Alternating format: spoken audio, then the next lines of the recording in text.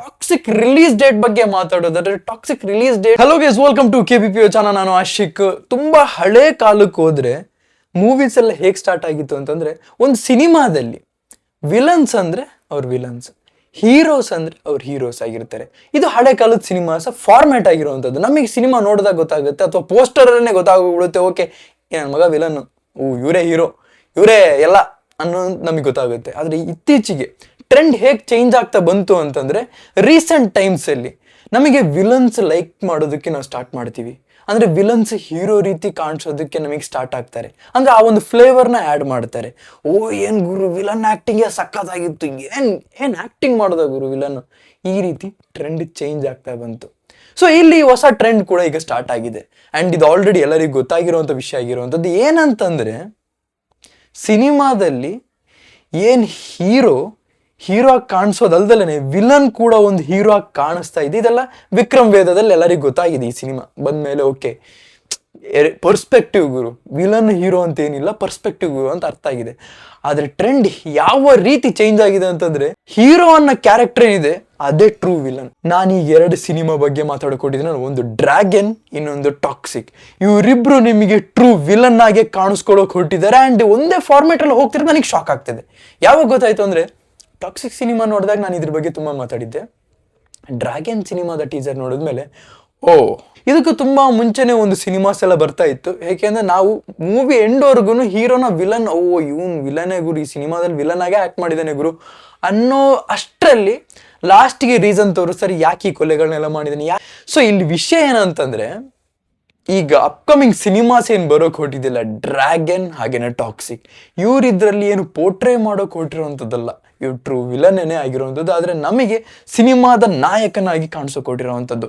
So ಈ ಥರದ cinema ಮೊದಲು ಬಂದಿಲ್ಲ ಅಂತೆಲ್ಲ ಬಂದಿದೆ. ಆದರೆ ಇಲ್ಲಿ ತುಂಬಾ ಹೈಲೈಟ್ ಬರ್ತಿರೋವಂಥ ಸಿನಿಮಾ ಇದೆರಡಾಗಿರುವಂಥದ್ದು. ಈಗ ನಾನು ಟಾಕ್ಸಿಕ್ನ ಲೈನಪ್ನಲ್ಲಿ ಮಾತಾಡ್ತಾ ಹೋಗ್ತೀನಿ.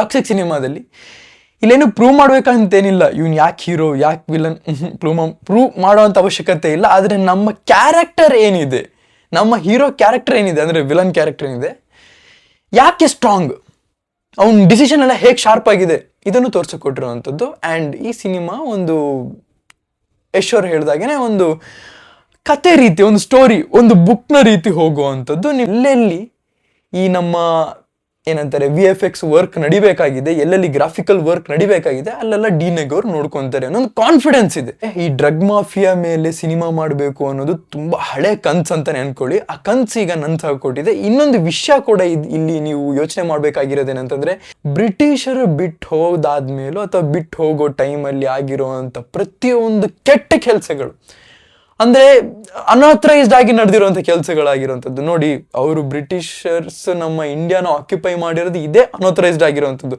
ಆದ್ರೆ ಇದಲ್ದಲೇನೆ ಲೀಗಲಿ ಅಲ್ದಲೇನೆ ನಡೆದಿರುವಂಥ ತುಂಬಾ ವಿಷಯಗಳು, ಬುಕ್ಕಲ್ಲಿ ಬರೆಯೋಕೆ ಆಗದಿರುವಂಥ ವಿಷಯಗಳನ್ನ ಇಲ್ಲಿ ಆಚೆ ಇಟ್ಟಿರುವಂಥದ್ದೇ ಈ 2 ಸಿನಿಮಾಸ್ ಆಗಿರುವಂಥದ್ದು. ಮೊದಲನೇದಾಗಿ ಹೇಳ್ಬೇಕಂದ್ರೆ 1970s ಟೈಮಲ್ಲಿ ಗೋವಾದಲ್ಲಿ ಆಗಿರುವಂಥದ್ದು. ಅದು ಒಂದೇ ಒಂದು ಪೋರ್ಟ್ ಇದ್ದಿದ್ದು, ನಿಮಗೆ ಏನಂತ ಇಲ್ಲಿಗಲ್ ಮಾಲ್ನ ಕಳಿಸೋದಕ್ಕೆ ಇದ್ದಿದ್ದು ಒಂದೇ ಒಂದು ಪೋರ್ಟ್ ಆಗಿರುವಂಥದ್ದು.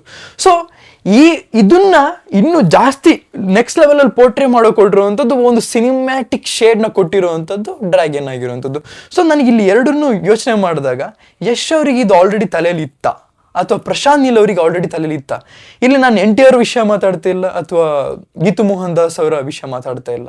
ನನಗಿಲ್ಲಿ ಗೊತ್ತಾಗಬೇಕಾಗಿರುವಂಥದ್ದು, ಈ ಸಿನಿಮಾ ಎರಡನ್ನೂ ಮಾಡಬೇಕಾದ್ರೆ, 2 ಸಿನಿಮಾನ ಟಾಕ್ಸಿಕ್ ಆಗಲಿ ಡ್ರ್ಯಾಗನ್ ಆಗಲಿ, ಈ ಕತೆ ಬಗ್ಗೆ ಏನಾದರೂ ಯಶ್ ಅವರಾಗಲಿ ಪ್ರಶಾಂತ್ ನೀಲ್ ಅವರಾಗಲಿ ಕೂತ್ಕೊಂಡು ಮಾತಾಡಿದ್ರ, ಇದು ತುಂಬಾನೇ ಕೇರ್ಫುಲ್ ಆಗಿ ಯೋಚನೆ ಮಾಡಬೇಕಾಗಿರೋಂಥ ವಿಷಯ ಆಗಿರೋದು. ನನಗೆ ಆಸ್ ಎ ಎಂಟರ್ಟೈನ್ಮೆಂಟ್ ವಿಷಯಕ್ಕೆ ಬಂದರೆ 2 ಸಿನಿಮಾನ ಎಂಜಾಯ್ ಮಾಡಬೇಕಾಗಿರುವಂಥ ಕರ್ತವ್ಯ ಆಗಿದೆ. ಟಾಕ್ಸಿಕ್ ರಿಲೀಸ್ ಡೇಟ್ ಬಗ್ಗೆ ಮಾತಾಡೋದಾದ್ರೆ, ಟಾಕ್ಸಿಕ್ ರಿಲೀಸ್ ಡೇಟ್ ಡಿಸೆಂಬರ್ 4ನೇ ತಾರೀಕಿಗೆ ಮಾತಾಡ್ತಿದ್ದಾರೆ.